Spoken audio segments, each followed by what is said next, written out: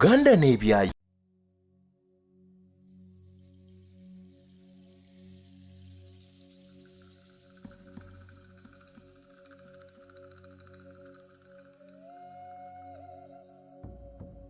It's yet another beautiful day in the beautiful Pearl of Africa, my motherland Uganda, and the beautiful land of the breathtaking mountains, the mountains of the moon. Kasese is calling.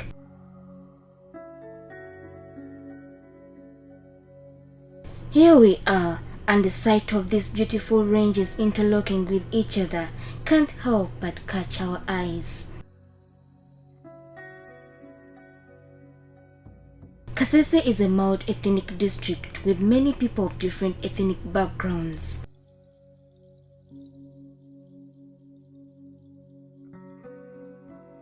The main languages and ethnic groups that dominate the area are Rutoro and Rukonjo, the languages of the Batoro and Bakonjo people respectively.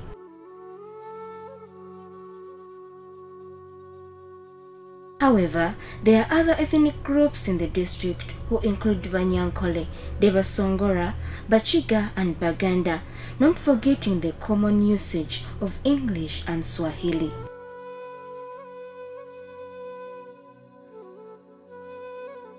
Among our main interests is a group of people known as the Basongora, one of the endangered tribes in Uganda.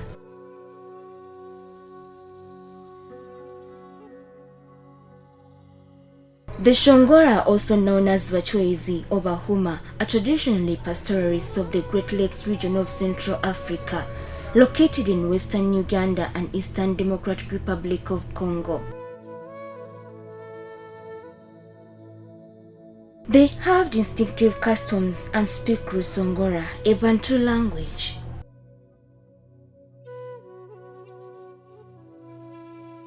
One of the most interesting qualities about the Busongora is their love for animals, and through our previous engagement with the Mukama Imara and Ahura Kashegama II of Busongora Kingdom, we learned that the kingdom was trying to set up a conservation and education center in this area. So here we are, and the change in atmosphere has already begun to be felt.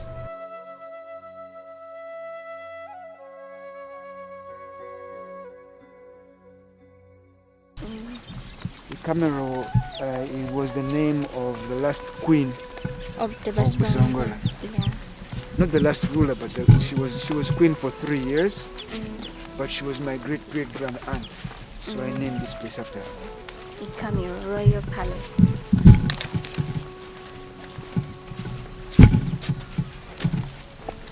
So why do you want animals in this place? Generally because as a matter of culture, we are people who care for animals. We don't normally hunt. And traditionally Basongora were known for protecting animals. So when the Bazungu came, they found this was the first place where they had the largest population of animals in Africa. And when the Basongora were defeated by the British and killed off in a genocide, the first national parks in Africa were declared here. Oh, yeah. So Queen Elizabeth Park was made a park in 1910, but as a game reserve. And then Virunga National Park on the Congo side, which is also part of Busongora, was made officially the first national park in Africa in 1925. So the national park system began here.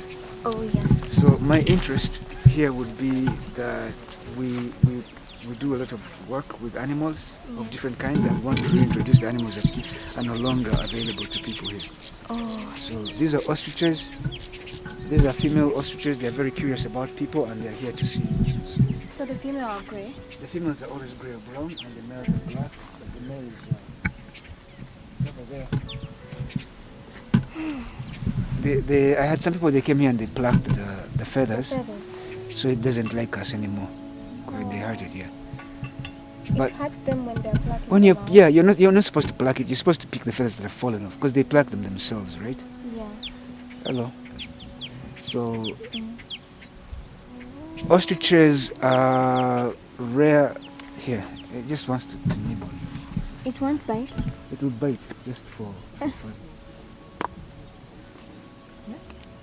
friendly. Oh. It likes colors, so if it sees somebody with some bright clothes, it usually comes to the one who's dressed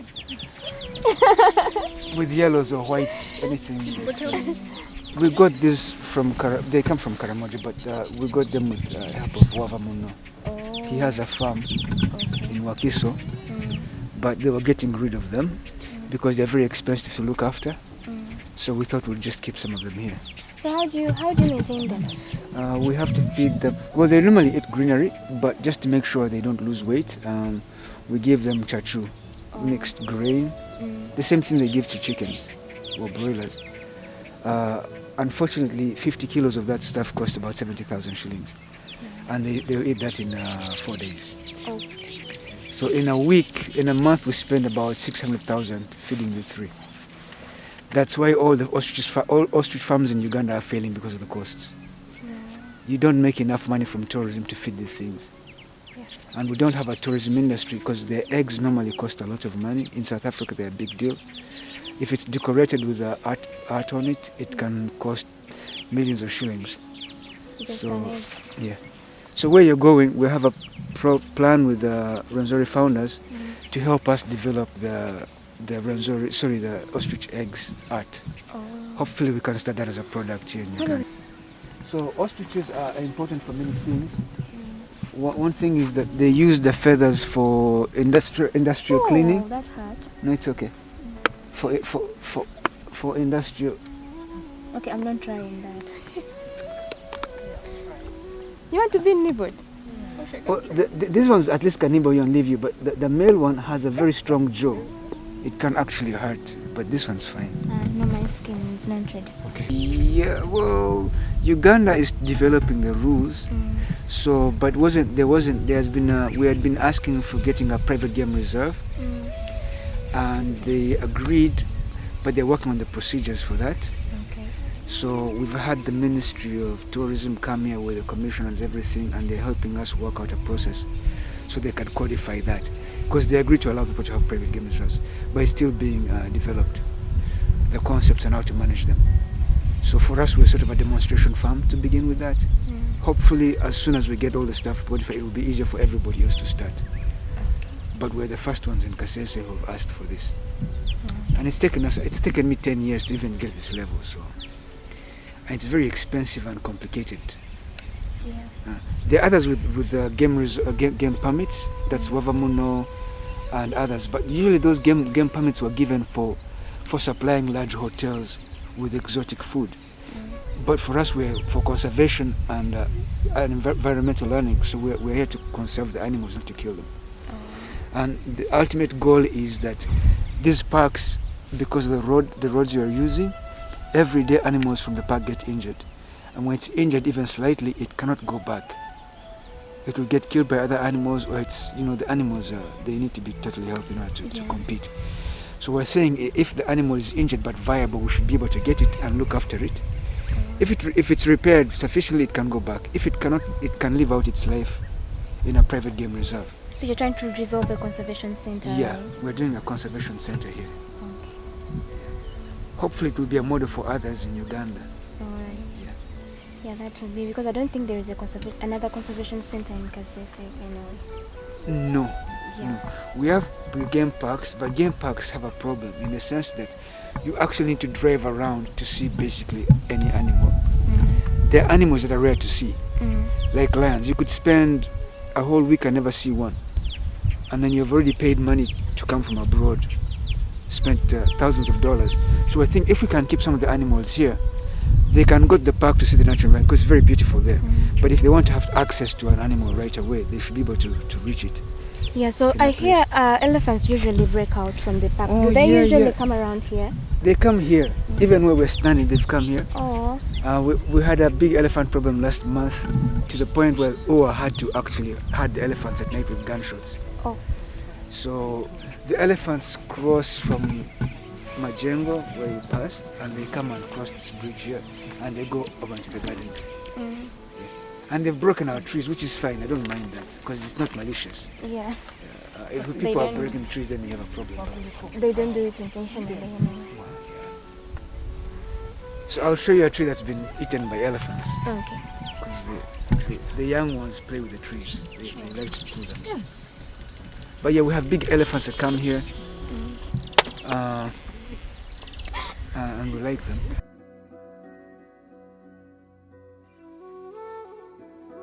So right now, this place that we are has a lot of animals, mostly cattle herding, but then we have exotic animals. Talk about horses, talk about donkeys and camels. I'm wondering why these exotic animals in this place exactly? Because we're building an environmental learning center for conservation and also for tourism, because many people here have not had access to these animals. But we are starting out, so we got the most expensive animals earlier, but we're going to have even other animals that are coming later. Okay. We hope to have peacocks and other exotic birds here. So we have an aviary, and the purpose is to have an environmental learning center. What's the fascination with these horses? Because over time, I'm looking at horses as one of the exotic animals that are fascinating Ugandans and many Africans at large. Actually, we refer them as exotic, but they were indigenous to this place before. Sure. Yeah. There were horses here 500 years ago, there were horses here 1,000 years ago, there were horses here 2,000 years ago. What happened? We got infestation of Kasese flies, which spread rapidly in the last few centuries. And also the dislocation of people because of slavery and general impoverishment of the area. This area of Central Africa became very poor and depopulated. And the only animals that could survive were basically certain types of breeds of cattle and goats and sheep. But horses are not exotic to any Africans. Yeah. Okay, so when the Portuguese came here in the 1400s, I mean, they found horses in Zimbabwe. They found horses in Sudan. So, you know, and these horses used to come here. The Kushite Empire used to have horses here. So we're trying to reintroduce animals that would have been common to Africans 500, 600, 700 years ago, but it no longer exists here. So every animal has a way where it's taken care of. How exactly? How much does it take to take care of a horse? It should be cheap. The only problem is because the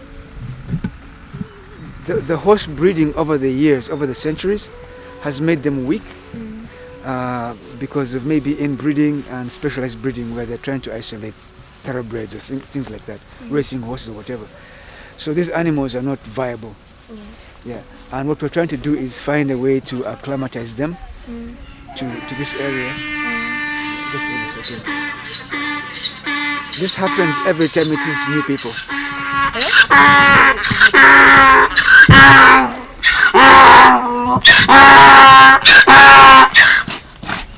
Yeah, so donkeys are more organized than dogs at defending an area.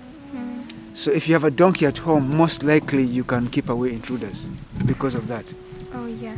Yeah, and at night, this noise will carry through for miles and miles. Yeah. But then you talk about all this as sea animals. Yes. They're running all free and all. How do you make sure they are protected? And how do they even know they are home at the end of the day? Animals are smart. They know where they are looked after properly, and they like where the cows are, so they'll come and stay with cows. But they know this. This one was born here. The horse, the donkey, the younger one. So we have very few neighbors. They are fast, so they come back. But they also know, like, they like us because we pat them and they know we feed them, we give them water when it's hot. So they know, they're like people. So they know where home is, yeah. You're not scared of theft? Like you shouldn't have a fence around? It's almost impossible to steal a donkey. I would even pity the person trying. Why? It's got a very hard kick and a very hard bite. It can kill you. Oh, yeah. Donkeys know where home is, and they can go miles and miles. You can send them with instructions. They'll go to somebody's house. It'll go there, pick up a bag, and bring itself back. So I have never heard of a case of somebody stealing a donkey. And if they tried, it would be dangerous. But we don't have only donkeys around here. I can see cattle. We have camels. Actually, we lost some camels, but we have a camel here. But we're getting more from Kampala, from Amudat. But I have also not heard of anybody stealing a camel. It's almost impossible. Camels can, a camel is distressed, it can kill you. So same thing with horses. The only way you can steal a horse is if you know how to ride it. There are very few horse riders here, and there are very few horses, so you couldn't actually take it anywhere in Uganda. And to cross the border with a horse, you need a passport for the horse. So there's already security in the place for that. All right. So, and you have to have some kinds of permits to travel with a horse, or with any, even with cows. Now you need a permit to travel, to take a cow from, let's say, one parish to another, or from one district to another. So if you are leading a horse or a donkey or a camel, you'll still be stopped by police. The stock police would ask you, where your permits and all that. So in order to steal an animal, you need to get cooperation from the LC person, the vet from the district, as well as the police, which is really impossible. Okay. You can't organize something like that. It's not worth your time. Okay, so I've heard much about the love of animals for with the Basongora people, but then I want to learn more. Like, what more is there to know about the Basongora people? Like, talk about what foods do they eat, things like that. First of all, just with the love of animals. First of all, in our tradition, we don't hunt. It's prohibited for Basongora to hunt. And also we have certain taboos. For instance, if an animal is being chased by hunters, if an animal runs to your home looking for shelter, you're supposed to protect it. So that means you have to keep it inside your home and defend it against hunters. So many traditional homes of Basongora will have animals anyway. You'll find elephants or close by living with Basongora, or you'll find hippos. Yes. And you're going to go to Hamukungu. Yes. Every night at Hamukungu, the animals in the park come and sleep on the doorways of the Basongora to avoid being hunted by lions and leopards. So they know to come and hide. And we've had impalas and cobs come to stay with the cows here. So leaving that alone, we were still talking about the traditional traditional foods. So Basongora don't hunt. Normally we don't eat meat traditionally. People have only started eating meat now. If you need to eat meat, you do so only if there is no alternative, and usually maybe if you're like away from populations of people. Why? If we need to take, because again we don't want to kill animals, we don't violate their rights to live. If you want to eat meat or you need protein, what you do is you draw blood of a cow from the throat of a cow, only about a liter or less. And then you let the cow go. There's a process for that. You tie the cow with a rope, and the cows are used to this. Yeah. So you can get the blood from a cow as many times as you want through its lifetime, and you can't kill it. Oh, yeah. So when animal dies, a cow dies, you have to bury it. Yeah. So we never killed animals for that reason. Okay. The only reason to kill a cow was for ritual purposes. That's the only killed male bulls when they were doing smelting of iron, because they need bellows to make fire hotter in a what do you call it, an iron foundry. So if they don't eat meat, what do they eat? The traditional staple food is milk, and there are different types of milk depending on the way you treat the milk, right? Yes. There's fresh milk that's warm, that you've just taken out of the cow. There's milk that's stayed overnight, that's cold but lighter. There's buttermilk, sour milk, yogurt, all that, as well as butter, right? Yes. This is staple food. We also, of course, take cow blood, and also that's treated in different ways. There's like Kasese. They cook it. They take it out. You can cook the cow blood. If you take it directly raw, it's rare, but people will do that, especially during emergencies. Okay. So if you're at battle or you don't have time to go, whatever, if there's no food and you've been on the move, let's say Basongora used to move some cows over long distances, over many months.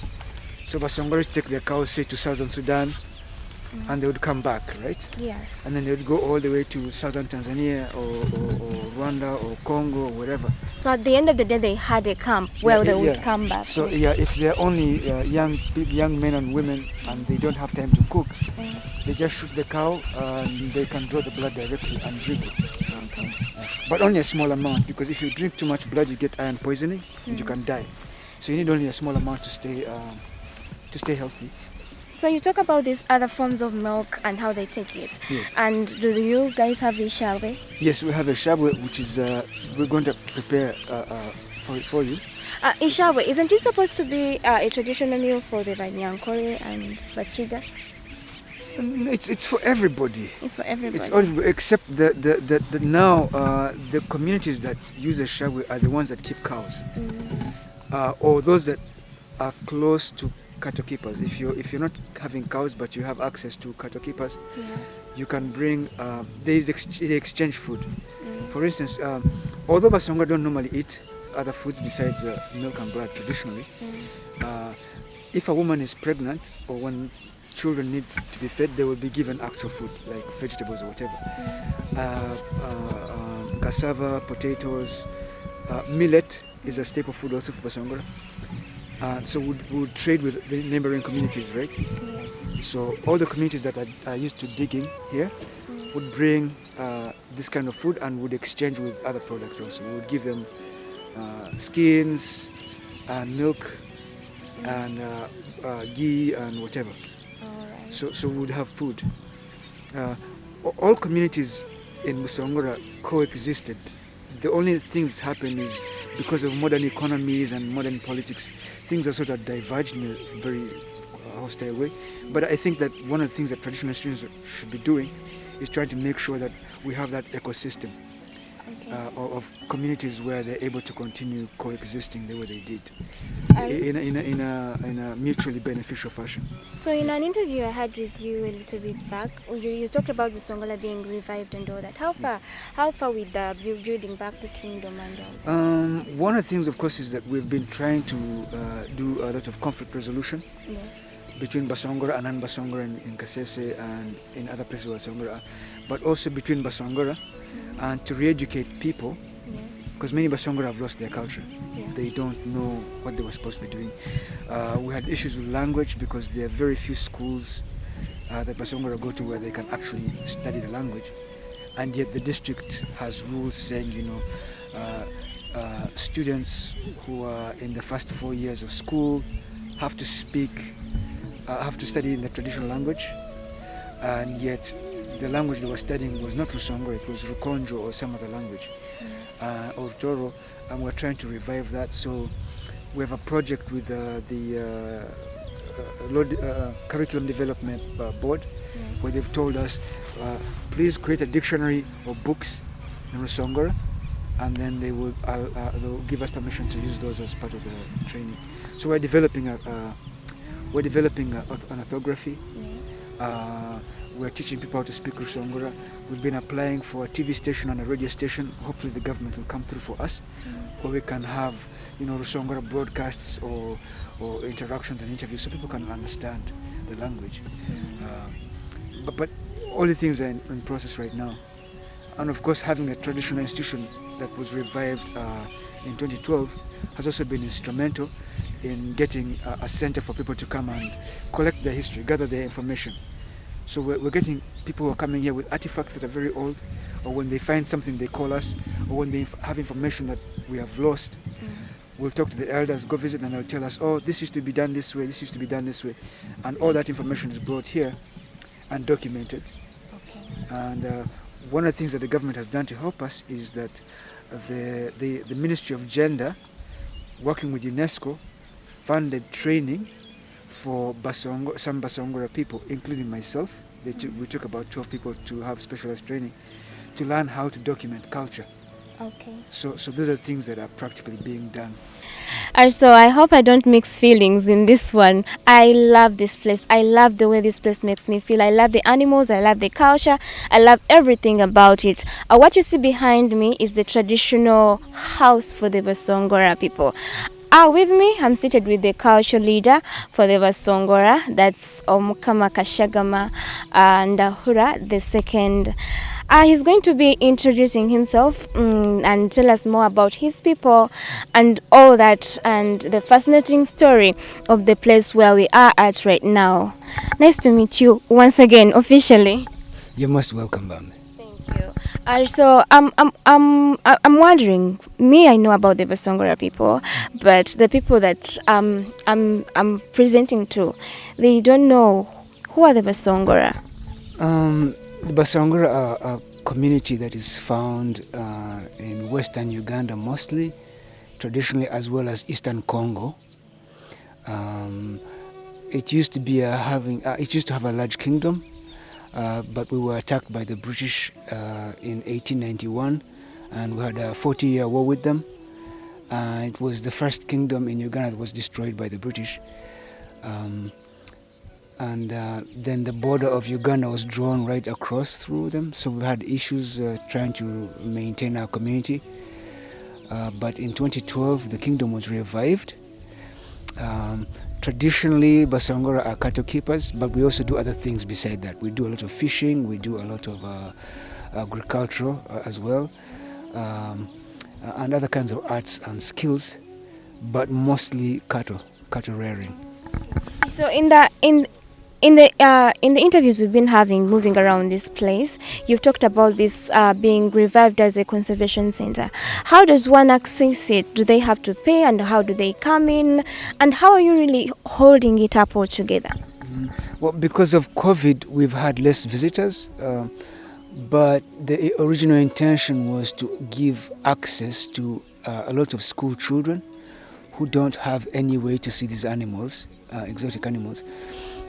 They cannot afford to go to the national park because of the expenses there, and also the procedures. Like, if you go into the park, you'll find lots of cars there and lots of people.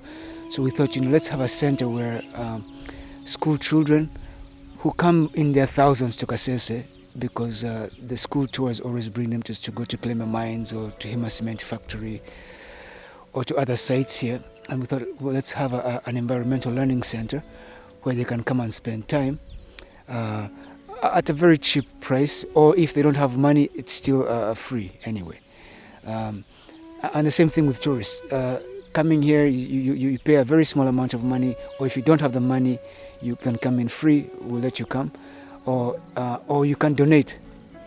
But our intention essentially is to teach people about the environment and about conservation and about raising animals that are endangered or unusual, and also making sure we can promote the culture of Busongora, but also of the Great Lakes region in Africa and elsewhere.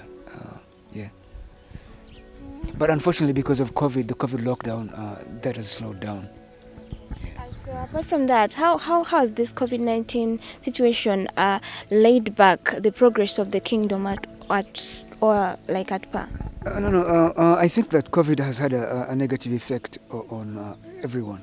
All kinds of enterprises have suffered because of COVID, but especially tourism, which is a big income earner for the kingdom, and also for the palace specifically. And also, even we were supposed to bring more animals here, but we've stopped because, of course, travel permits and getting around is very hard, and even getting the veterinary doctors to come out from Kampala is hard. So that's a bit of a concern. But otherwise, it's okay. So today, basically, what we want to dive into is the traditional foods of the Basongora, and as you've heard already, he has been explaining to us how they love milk and blood from cattle. However, he didn't say this, but he already told me about it. If the cow they pierce to get the blood from died, it would be a taboo to take that, right? Yeah. So we are going to be learning how to prepare one of the types of milk the Basongora people eat. Please follow me as we dive into this adventure. My name is Namale Agnes. Continue following Uganda Navy.